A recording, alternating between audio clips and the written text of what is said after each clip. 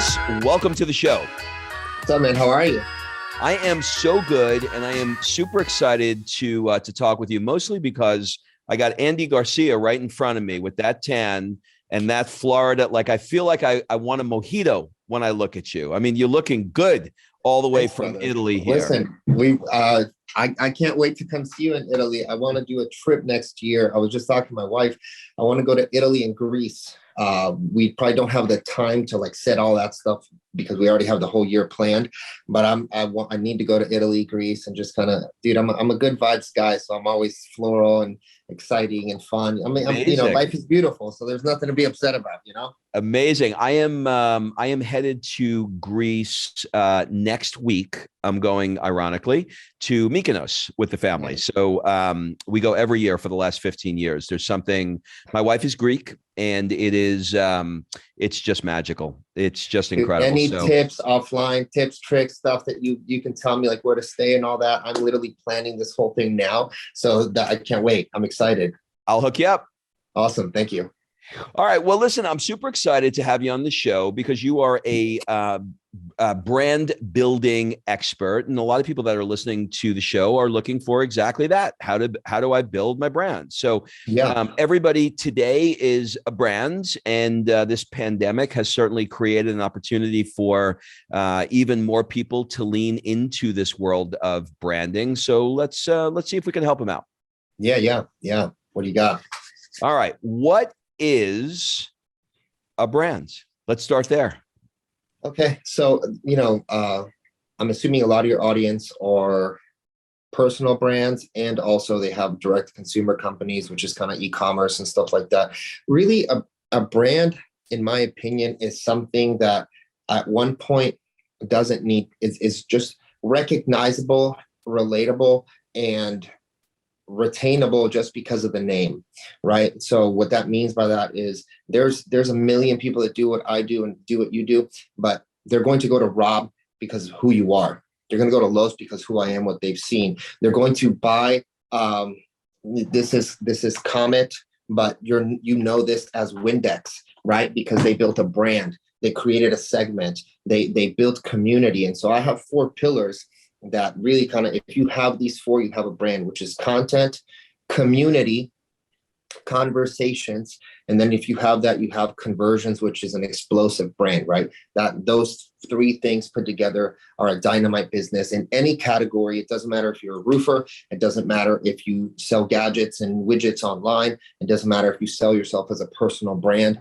And I am the kind of like the experience in producing this whole thing. I've built multiple brands. Some people don't know that I own. Some people do know that I own. A lot of them people don't, but they still consume the product. And we have a lot of people inside of our coaching and consulting group that do the same thing. So really, long story short, it's something that you're attracted to, and you're not. It's direct to consumer, drop shipping, all that kind of stuff. Quick hits on Instagram. I'm like, hey, buy this. That's kind of interruption-based marketing. Brand building is desired because I already know who you are, and I want to reach out and consume that. Okay, well, let's break that down a little bit. So you mentioned content, community, and conversation. We'll just start with those 3. Give me an example, and let's use, because I know that the net could be very wide, so let's narrow it a little bit. Let's take, somebody maybe like myself that has a podcast and has some products, like I do mastermind events, like a lot of people. Right. When you talk about content, I'll give you an example. Like for me, I've got a bunch of different content that I have. Sometimes I'm doing content that's related to the podcast. Sometimes I'm doing content for coaching. Sometimes I'm doing content for the masterminds. Does it matter? They say you're supposed to niche down, right? Does it matter if you're giving content in lots of different areas? And how do you narrow down content? Like, for example, I live in Italy and I'm getting into fashion. Sometimes I like to talk about fashion. Sometimes I like to talk about what it's like for, an expat from America living in Italy. And other times I like to talk about coaching. And other times I like to talk about entrepreneurship. But you hear like niche down and provide value. So when you're somebody like myself that has lots of different interests that, perhaps are under the same umbrella, but they are different. How do you recommend producing content for somebody like me? So let's talk about the avatar, right? So if you're just beginning, if you're struggling and you need to use this as your first dollar in to get to $10,000-$15,000 a month, you have to niche down and you can't talk about anything that you like, in my opinion. Because you need the money, you need it back. You need to produce some, it's kind of direct response though. You need to create something so you can get immediate results so you can keep moving the ball. But if you're at a point like yourself or me, or if you're doing $20,000, $30,000 a month, I think it's okay to expand because content is something that the best content is the one you wanted to make. Okay. So I have a show that I'm starting where I'm tasting tequila and tacos, and like it has zero to do with marketing and business. It has all to do with just things that I enjoy, and you're going to like me or think I'm a douchebag for it. Either way, super happy with it because I'm going to create the content. Inside of those things, I'll talk about a little bit of marketing. I like fashion as well. So I'm going to start doing like on TikTok, like this is my outfit to go to this event, different things like that. Now, is that relative? And are some people going to get upset? Yes. But those people aren't going to pay me anyways. Those are the haters. Those are the people that have something to say, that want to spread negativity, but they're still spreading my name. So it's still positive for me. I think that the best version in 2022 moving forward of content, because it's the creator economy. So content that you want to create is the right content. Now, if you're struggling, you might have to say no to that. And hey, I'm going to buckle down and talk about this specific thing that I'm good at, niche down to service providers or this or that or whatever, or cake makers. It doesn't matter, right? But I think it's the best time to be free and expressive with who you are and what you're doing and anything, because people are going to gravitate to you. I have one of my things that's my highest in coaching is $100K just to work with me. No one comes to me because of the things that I sell. They come to me because of the guy that I am. And that's because of other things that I talk about. They come to me because I'm a loyal father and I'm a loyal husband and I like to travel with my family and all these things that have nothing to do with business. They resonated with me at the highest way you could pay me level. No one came to me because of my tactics, right? And so if I didn't express that, I wouldn't even have that as a division of something that I can sell. All right, so let me unpack that. So basically what you're saying is, look, if you're just starting out, you got to get some dough in the door. You got to get some money. Yeah, you got to get some money in. So you got to be laser focused on what the product you're selling is, sharing content, having community, having conversation that is around the one thing that you're selling. But once you get past that initial stage, then you can broaden it a bit and you can get people to know that you're a dad, that you're a husband, because it's not like people are not, they're not robotic, they're smart. They're looking for the authenticity. They're looking for values that are in alignment with themselves. And they say, look, this guy's, he's a good husband. He's a good dad. Those are values that I have. And he likes a lot of the things that I like. And he's also really good at marketing. So because the totality of who he is, I'm willing to step into that. Did I get that right? Yeah, I think that at one point, people I realized they hire my companies for services and things like that, but they hire me for how I think and how I think about life, not just for what I'm going to do on a tactical level. And I think that as a consultant, coach, service provider, that we both tend to talk to a ton.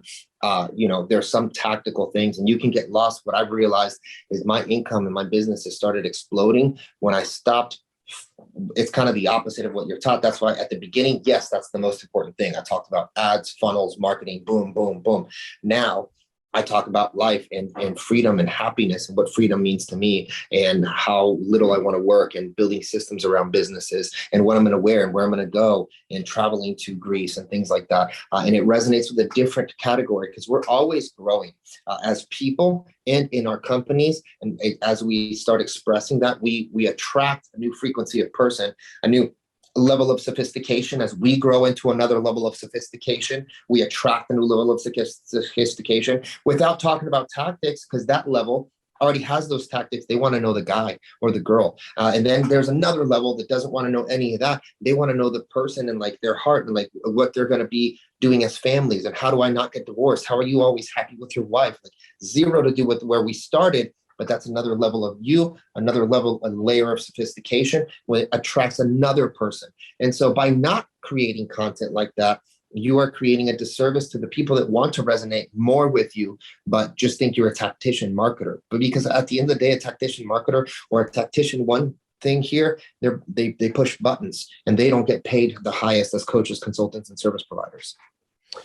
All right. So let's talk about communication a little bit. So you have content, right? And we're going to define content, unless you tell me different, as everything that we've talked about up until this point. Yeah. Now we move into communication.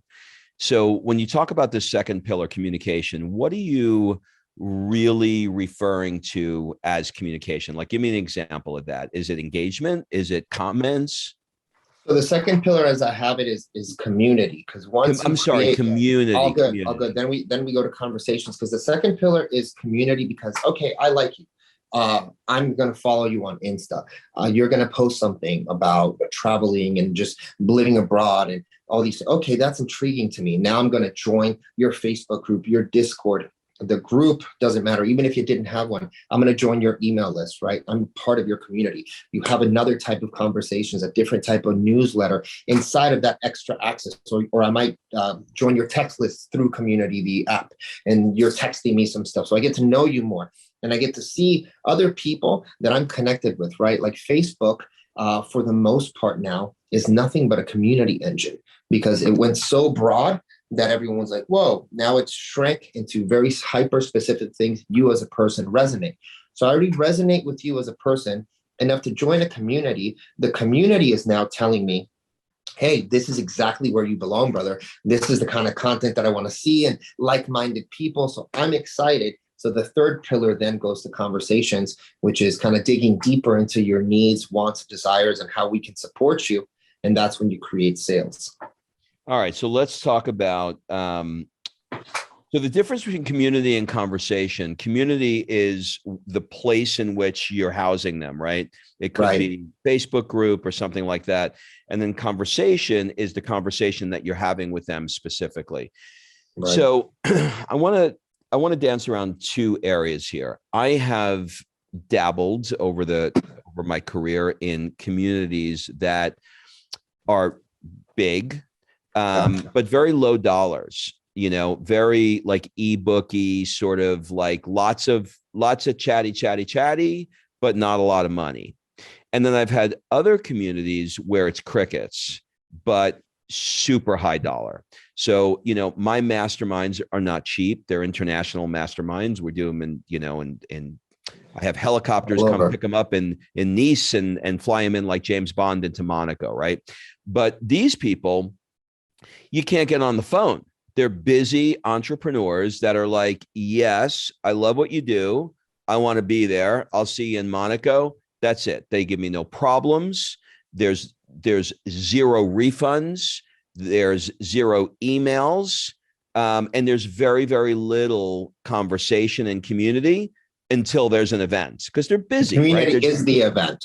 The community is the event. Yeah. Because again, that changes the level of sophistication of the person. They have no time for chitter chatter. They're very direct, specific people. They pay to be a part of a community that creates experiences. And maybe they'll learn some business, probably all types of stuff. And they'll have taste testings of wines, and they'll get to experience places they've never gone, and they'll bring their family maybe. So that is the community that they want to be a part of. Right, the lower level communities, and not to say lower level, but the cheaper, more affordable communities are a place where it's busy, because it's a place of necessity. And so that energy is like, oh, I need to figure out what you're doing, what's going on here. What's the other people in the other, they already figured that out. They're like, hey, so this is the commitment we have. I don't have time to talk to you. Doesn't mean you're not one of my best friends. We'll talk here. That's how we planned our trips. Love you, brother. Talk later. Right. I have masterminds also. They're really expensive. We have weekly calls. Crickets. You sometimes think like, man, I feel like everyone hates us. Right. That's crazy. Then you get together and they're like, man, this is a family. Right. Because you also have the communication in that community is also through text and cell phone. Right. The communication on the other one is people trying to build quick business partnerships, trying to lift each other up or learn something from each other. And so again, all of this in these methods have levels of sophistication. The person that started here can't join these communities even though they want to, and they wouldn't be a good fit for this community. And conversely, the person that's already going to Monaco with you and flying on a helicopter, you slap them in a $5.99 ebook community or a free community, and they're like, I'm super unhappy with this right now because it's overwhelming. Yeah, this is perfect. Okay, so now you got these two communities, right? There's a higher level of sophistication as you go through it. And this is no knock to the $5.99 ebook community. We've all been there. Started somewhere, yeah. We all started somewhere. So, but the word sophistication is not, it's not an ego word. It's more like a evolution that Correct. Somebody goes through, right? That's what I meant. I know. I'm just clarifying it. So I'm just clarifying so I don't get an email. So the question then I have is, if you've determined that your bread and butter is the higher end offering that you have, maybe it's the mastermind, maybe it's the coaching, something like that. But there's also this aspirational community of the $5.99 ebook community that is like, oh my God, I'd love to be on that helicopter in Monaco with you guys, but I don't even have my first business. I'm trying to put my first nickel that I'm the guy that you talked about at the beginning of this conversation, where I've got to get money in. I'm working at, I'm in the cubicle. I got to get out of this job, and I want to eventually get there. How do you speak to the audience that is paying you for the high-end stuff and simultaneously service the lower end of the market in terms of your 4 pillars? Does that question make sense? Yeah. So in some instances, you have to make the decision that you don't, right? We don't have anything to speak to that audience. It's not because frankly, it's also not a level of engagement that I have fun with. We in our groups don't have fun with it. We start at like a $10,000 like initial engagement for us, and that's kind of like the initial of groups. Could we go lower? Sure, we could. And there's some people that focus on that. But again, it's the kind of business that you want to build. We could make probably 3-4 times the money going down market.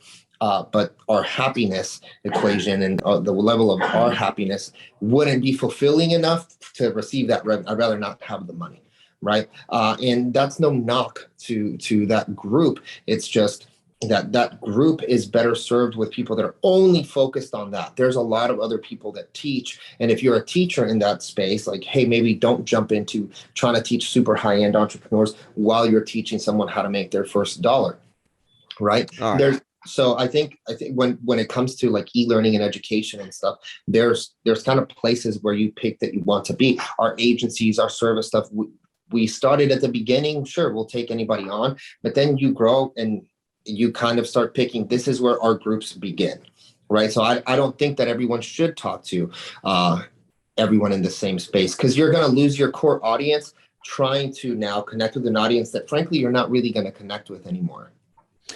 That's exactly right. I mean, the audience that's coming to Monaco with me really doesn't give a shit about an ebook. They're not that kind of person. So you have to speak to both. Okay, good.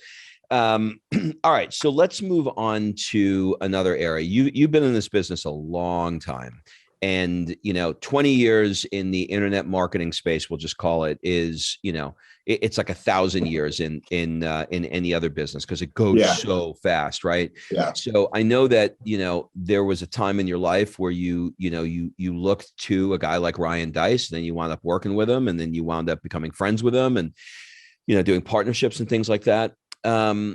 He's one of the classic internet marketers, but it's changed so much from that long page sales letter with the yellow highlighter on it to the TikTok world that we're living in, that Gary Vee is has been pounding our brains. We got to listen to.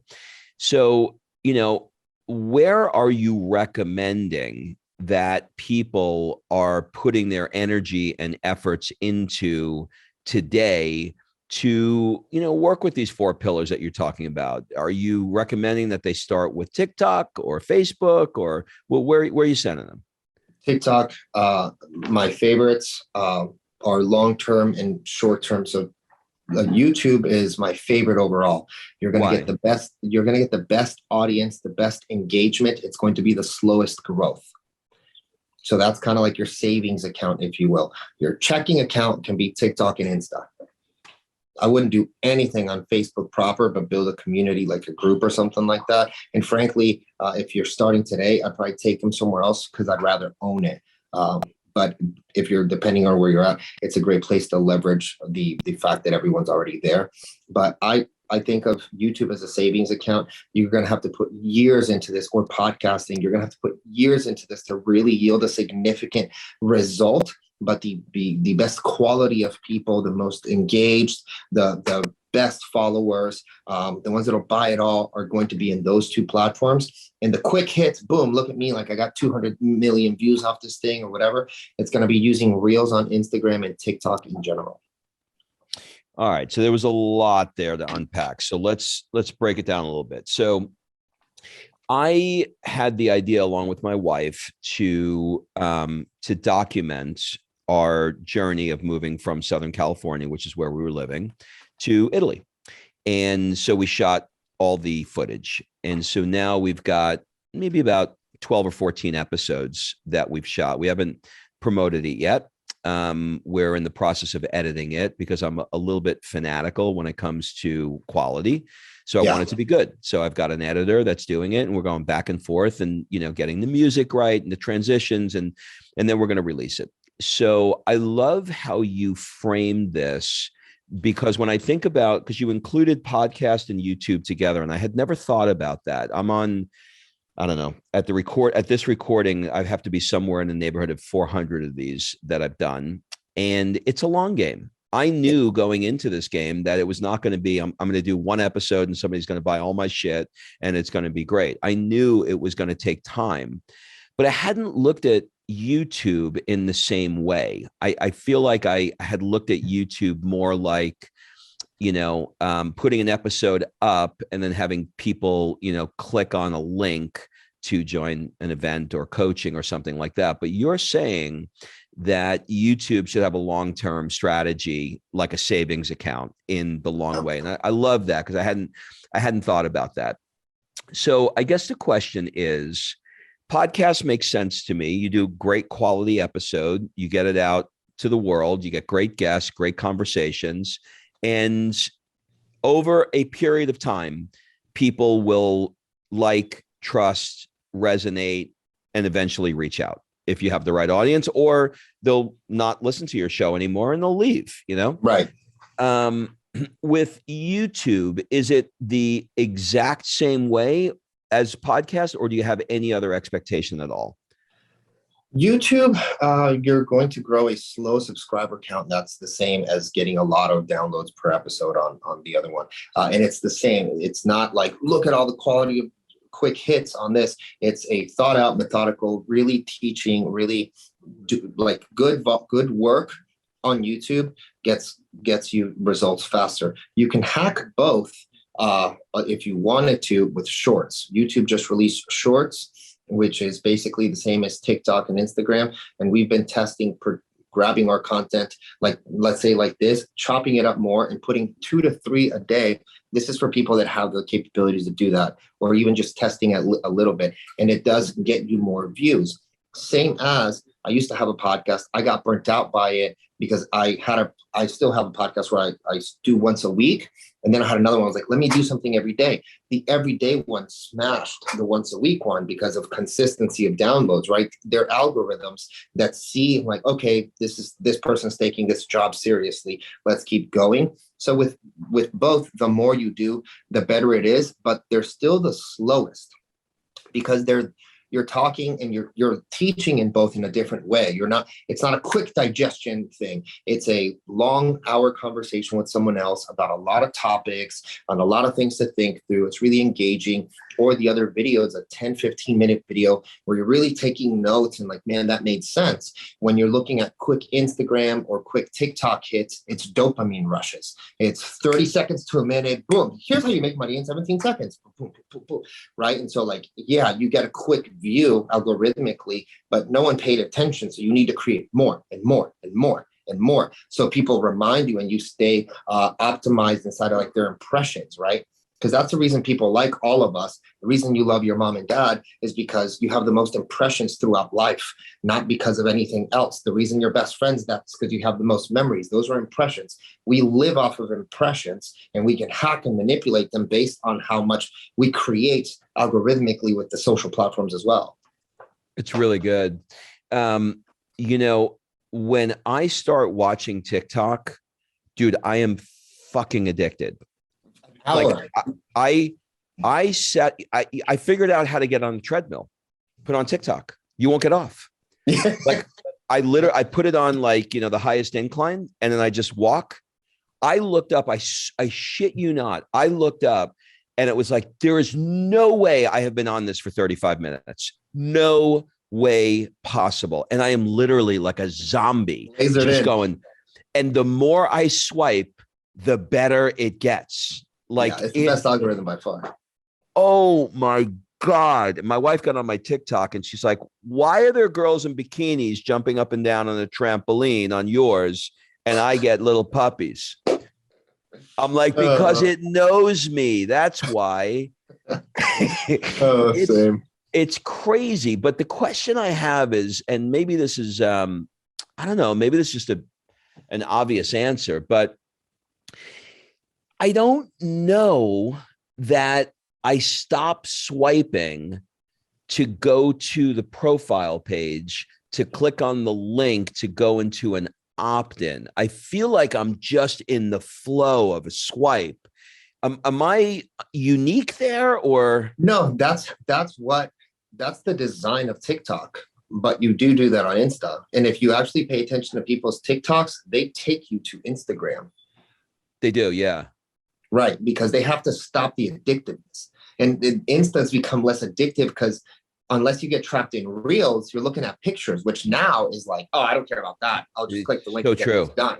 Because the other algorithm will be like, everything you like as a human bunched into one, boom, boom, boom, boom. You're like, holy crap, like this is awesome. So it's designed to make you go like this. So they have to stop and go, hey, go to Insta and like check out this for a second. Okay, because you can't get out of it immediately from TikTok. Okay, so the goal is to create great TikTok content that gets you to their Instagram. So you're literally going from, you're trying to, okay, tell me if I got this right. You're 100 miles an hour on TikTok. We want to be able to have a speed bump that slows you down to 40 miles an hour and takes you off the highway and brings you onto neighborhood streets that are 30 miles an hour. Instagram. This is pretty good. I'm making this up in real time. And then you're slowing your roll to be able to go, oh, this is who this person is. Yes, exactly. It's interesting. I have this girl that lives here in Florence. Her name is Casey Rose with a K. And she's an actress that was on Broadway in New York, and the pandemic shut down. She was in Cats, and the pandemic shut obviously Broadway down. And she met a guy who's an Italian chef, and because he couldn't work in New York anymore, he moved back to Italy, and he said, why don't you come back to Italy? So she came here and she's trying to figure out what to do. So one day she just started doing TikToks to talk about what it's like being an American living here in Italy. And she went from 0 to 1 million followers on TikTok in about 90 days. And she figured out over this period of time what people wanted. And she saw that people were saying, hey, I'm coming to Florence. Do you know any restaurants? So she made restaurant guides. Hey, I'm coming to Florence. Can you help me plan a trip? I'll pay you. So now she does one-on-one consulting for $150.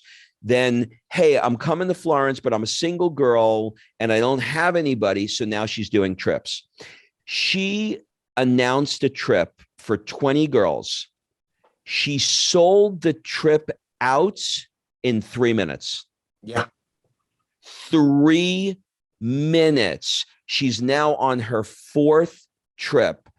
And I couldn't figure it out, but you just taught me how she did it, because her sales cycle isn't on TikTok. It's on Instagram. But I hadn't connected the piece that they make a right turn off of TikTok to go onto Instagram. And that's where the cash register for her is. Mm-hmm. Yeah, totally. And that goes back to creating the kind of content that you understand people want to hear. This is why, like, I love like expensive tequilas. And we have a beautiful studio here. And I saw a friend of mine who is like corporate consulting, started a tequila one. I was like, that makes total sense, because all the high-end guys, what do they drink? 1942, all that. They already like them. They're drinking this. They're going to Casamigos, Añejo, all this stuff. And I was like, man, now he's getting free tequila too. So he's monetizing, probably working with tequila companies while he's doing all this other stuff, right? So I was like, man, I'm going to start focusing more on things that I enjoy. And fun things, right? Like I'm going to do a show where like we taste test food. Like we're bringing in all the Mr. Beast burgers and to see if they taste good, we'll rate them, and we'll taste like restaurants around and stuff just for fun. It's engaging to me. Then I'm going to bring in guests and we're going to do taste testing instead of just like normal, like, hey, you were poor, now you have money. How did you do that kind of podcast? You know what I mean? And just creating different stuff, because that's what people want to see. And I'm actually thinking long-term, I'm going to make this a network. And I'll have all the views, I'll have everything, and I can sell it as a full entrepreneur network. And when I have events and conferences, I can sell them out, no worries, because everyone's going to like a variation of me. That's still all me. It's just kind of in layers, and I can move them to wherever you want to go. And anyone can do the same. The only thing that it takes is effort and time. All right. Now we're going to move into the area that people get really, they can get really screwed on, which is, okay, I have a little bit of an audience, I have some content, and I need to drive traffic to it. And Facebook and Instagram is a pay-to-play platform, and I need some ads. And so they start creating ads that go to, I don't know, in my case, I do mastermind, so an application. Mm-hmm. Some people go to different products. What advice would you give somebody who is just starting out and wants to, they say, okay, I'm going to take, I don't know, I'll take $5,000 and I'm going to take, my last $5,000 on this, and I'm going to put it, and I'm going to pay to get some ads over to whatever it is that they're selling. What mistakes have you seen? What advice do you have? How would you guide them? And the biggest mistake is when people are just starting that they want to go into, hey, I'm going to make an ebook or a $500 course, and I'm going to go spend $5,000 on it. Okay. Because I sold 60 of them through my Instagram, and now I have a business. You don't have a business. You barely have a proven concept. You don't have enough actual money to put into this. And the first step of you doing this is putting money in to get data out, not revenue again, right? Everyone needs to understand that even though we're doing a lot of this for free in Instagram and TikTok, and you can make money, you're starting a business. And at one point, you're going to have to invest in it and lose, like you would a franchise, like you would a lawn mowing company and equipment, like you would anything, right? And the first thing that people want to do is go, I'll just sell 500 things at $500 and I'll make $25,000. You won't. That's one of the hardest things to do. I think the easiest thing for a beginner is actually take people to an application. Why? Because it allows you more leeway to get on a phone call with what you are an expert at. You probably are not an expert copywriter. You're definitely not an expert ads guy. You have no real clue of how to build a funnel with conversions and strong average order values to match your cost per acquisition. But you think you do because someone else showed you that, because that's how they make money. That's not how you make money. So stop comparing yourself and go take your $5,000 and try to get, a couple hundred people on an application, take them to phone calls. You might end up only on the phone with 50 of those people, maybe 20, but you can convince 2 people that what you know is good for them is good for them. And you can charge $5,000 and you can make $10,000 there. Now repeat that process until you feel comfortable, and you take that side of your business to 100,000, 50,000, whatever you want a month. Let's just start with 20. I want to big, like with $20,000, $30,000 a month, and then consider doing that with more money on ads. Don't jump into someone 6 years ago or from now, when you're just starting with this stuff today? That's so good. And, I can hear the person saying, the reason why I got in this is because I read the 4-hour work. I read the 4-hour work week, and Tim is telling me that I just, I automated it. It's a cash machine. I don't like, if I have to get on the Zoom with somebody, I might as well just That's also be a at work. 20-year-old book, right? That he never Yeah, it's updated. also a 20. I know. Well, he didn't need to, because he's still selling. Exactly. Yeah. Okay. All right. That's really good. All right. So as we move towards wrapping up, I want to learn a little bit about you, Los, the person. So the first question I have for you is, where'd you get the name Los? So my name is Carlos, and if you Google Carlos Silva, there's either soccer players or people that have been to jail, and none of those are me. So I was like, man, if I just cut my name, I'll SEO better if my name is Los. And then I became Los on the internet, and then everyone calls me Los now. You are a true marketer. What do people often get wrong about you? I think people get wrong that I'm kind of like closed off, because like I have a big audience and stuff, and like, oh, like I'm unapproachable. And I'm probably one of the nice. I'm really nice. I'm a nice guy. What is one thing that you've not gotten to in your life that if you don't get to this, you're going to have some regret? Man, I don't think that I can say anything, because it used to be financial, and now I realize that money doesn't rule me, and happiness and moments, and that is the most important thing in my life. And I reach those because they're the biggest, most important thing that I could do. So I can't say anything, because the answer would have been financial, but that would have been a totally different season of me. That's really interesting. I'm actually writing a book on something similar right now. So, as you well know, living in America, we've got this American dream, right? It's the pursuit of happiness. It's, let's work hard. But it just seems like every financial goal I hit, when I hit it, when somebody asked me what the next goal was, it was always like 3 times more than when of that. Yeah. It was like, if I could just make 100 grand. And then when I did it, it was like, okay, now I want 3. Okay, now I want 9. Now I want 3 million. And it just kept going. And then I came here to Italy, and it was the exact opposite. It's like Americans don't know when to stop working, and the Italians don't know when to start working. So, it's like taking my American values into this La Dolce Vita worlds. It's so the book I'm writing is kind of on this subject, right? It's like this balance between, well, you can't not do anything, but you can't also be obsessive about money either. It's this, the Italians call it la dolce far niente, which means the sweetness of doing nothing, right? And the Americans are grinders, so it's this exact, opposite. Go ahead. I said, I wrote out, like in one of my articles that I write, I was a while ago, but I realized, I now have everything I dreamed about having, and I've never felt more empty about who I am. Right. Because the thing that happens with people is you're like, if I have this, I'll be this person. Then you're like, yeah, I have all of that. It's like, well, who am I? I'm a guy that chases wanting to do more so I can go to events and say that I'm also doing more, and I'm this and that. But like, you lose. No, I don't care about any. I do care about those things, but they don't rule me anymore. Once they stop. And I think you have to hit a certain point in life where you're like, I realized that did rule me, and now it does not. And crazy enough, life gets even better and simpler, and more comes. And I think it's because you're inviting the best version of you to come, and that attracts even more stuff. It's really good. I heard a quote the other day, and it was from TikTok. I'm a 16-year-old girl now. I'm the same. I'm the same.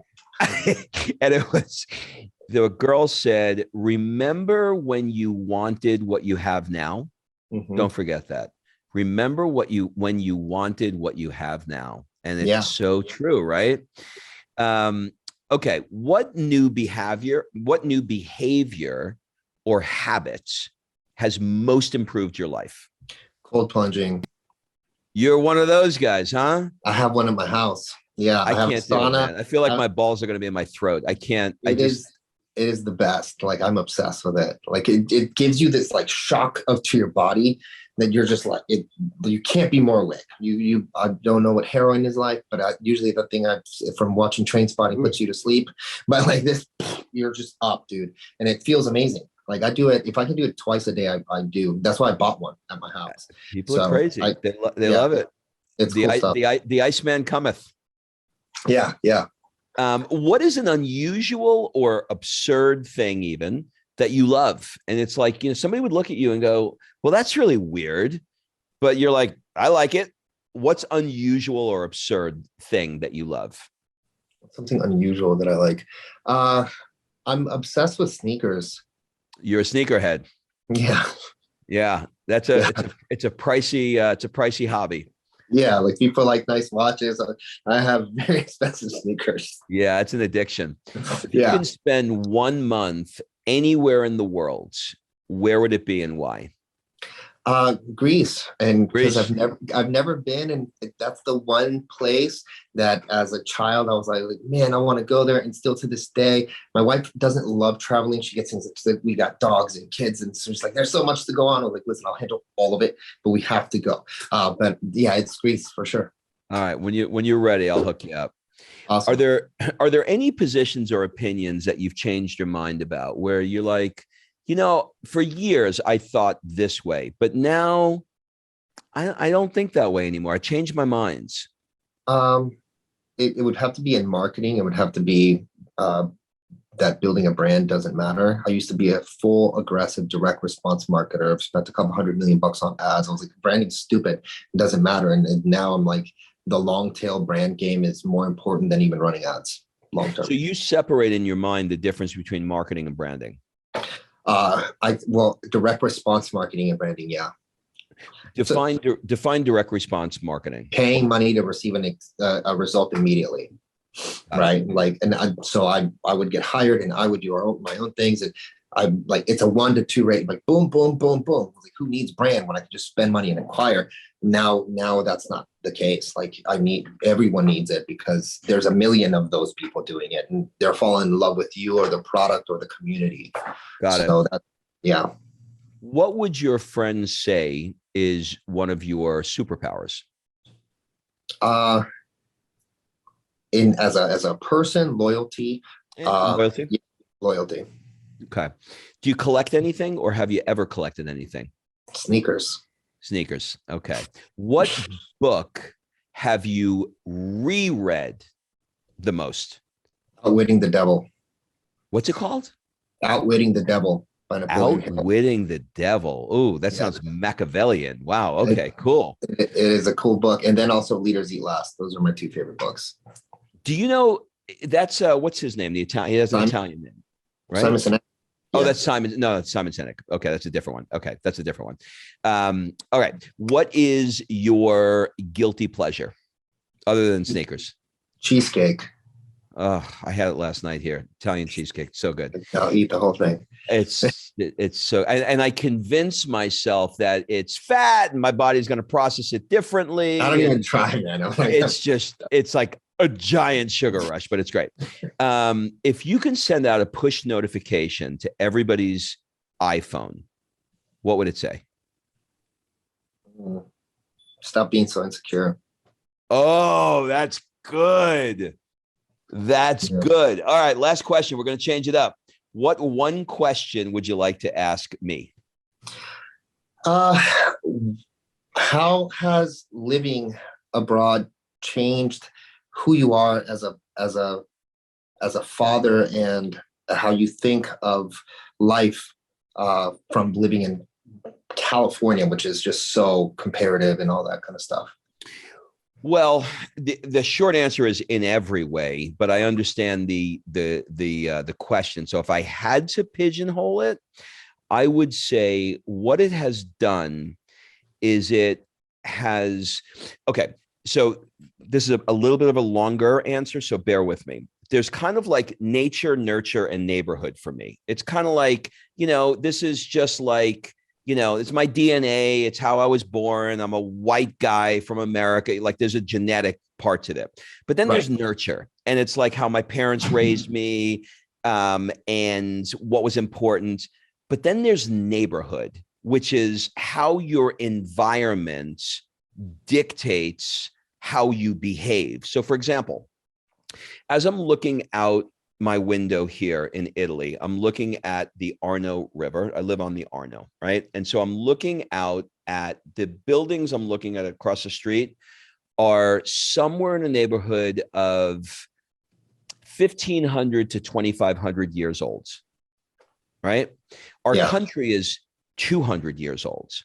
So when I walk outside my door and I put my foot on those cobblestone steps, and I hear at noon every day the sound of the church bells ringing, letting me know, oh, it's lunchtime. And when I sit in a cafe and I see everybody not on their phones, but sipping an espresso and a cigarette, but sipping their espresso and having morning coffee with each other in a very slow way. And then I see that in the afternoon, all the stores are closed for 2 or 3 hours because everybody's home with their family and or taking a nap. Or I see people having wine at lunch and they're in suits. And I go out to dinner and the restaurants don't open until 8 o'clock. And you're not even close to being home until 11 o'clock at night with your 7-year-old. I have a 7-year-old. Everything is so bizarrely different that you can't help but change. So I'll give you another example. When I first got here, I go out to dinner and I didn't even know I was doing this, but I would say to the people that I met here, what do you do for a living? And I kind of would get 1 or 2 word answers and they didn't want to talk about it. And then finally one person said to me, he goes, we don't talk about that. I'm like, what do you mean? He said, it's not that we have anything to hide, but we not work. important. It's not important. We're here. We're having dinner to talk about something interesting. It doesn't define us. It's not it's what defines us in America. It's what defines us. You can't get them. They don't want to talk about business, not because they're hiding, not because it's secret. It's because it's uninteresting to them. They want to talk about who you art, culture. Yeah. Who are you? What do you care about? Tell me about your daughter. What do you want to be? What's new in your life? Did you see the new Michelangelo exhibit that they're opening here? What's your thoughts on this? Let's talk about the French. Let's talk about the Italians. Let's talk about it. I have had more conversation about olive oil and gelato than I've ever had in my entire life. And it's from the moment I opened my eyes, I literally the other morning I woke up and I said to my wife, I said, what are we doing for dinner? She goes, oh my God, it's 8 o'clock. I do that all the time. Like, what are you talking about? Like, you know what I mean? So that's the context that dictates everything that I talk about. And so that's why I was telling you about the book, finding that balance. Like when I first got here, I was like running through the streets to try and get to a coffee shop to answer some emails. And I'm like, holy shit, these fucking Italians, they walk so slow. And I'm like behind them, like flashing my high beams, but I'm like walking and they're like, eating gelato on the bridge. They're licking it like they're making love. And they're like, they're not in a rush. They are in no rush. When they eat a sandwich, they're falling in love with what they're eating, and they're looking there. I see them. Their faces up against the sky to get the sun to hit them. There's no rush at all. Piano. I learned. There's a word I learned when I moved here. Domani, tomorrow. Domani. Nothing is today. So what that's taught me as it relates to being a dad and a husband is to kick a soccer ball around with my daughter on the weekend. Time. And because what are we rushing through? Like where the fuck are we going? Like, where are we going? Like you hit a point where, okay, you need money, let's call it $100,000 a year. Like once you've kind of done that, spend some time. More. Spend some time making more. Yeah. It's just more of the same. It's more of the same. And so I knew that. I knew, there's an author here. His name is, have you ever heard of David Bach? Mm-mm. He wrote a book called The Latte Factor, Smart Women Finish Rich. He's a New York Times bestseller. He's written 9 New York Times bestsellers. He's been on Oprah 11 times, and he's my neighbor and lives across the street. And I was like, well, what brought you here? He said, I just spent so much time building wealth and then trying to build more wealth that I decided that I just want to like live rich. Like I just want to live well, not in high-end luxury. I don't give a fuck about having like an 8-bedroom apartment with a penthouse that overlooks Manhattan. Like I want to enjoy the moment. I want to enjoy the gelato, the food, the people, the conversation.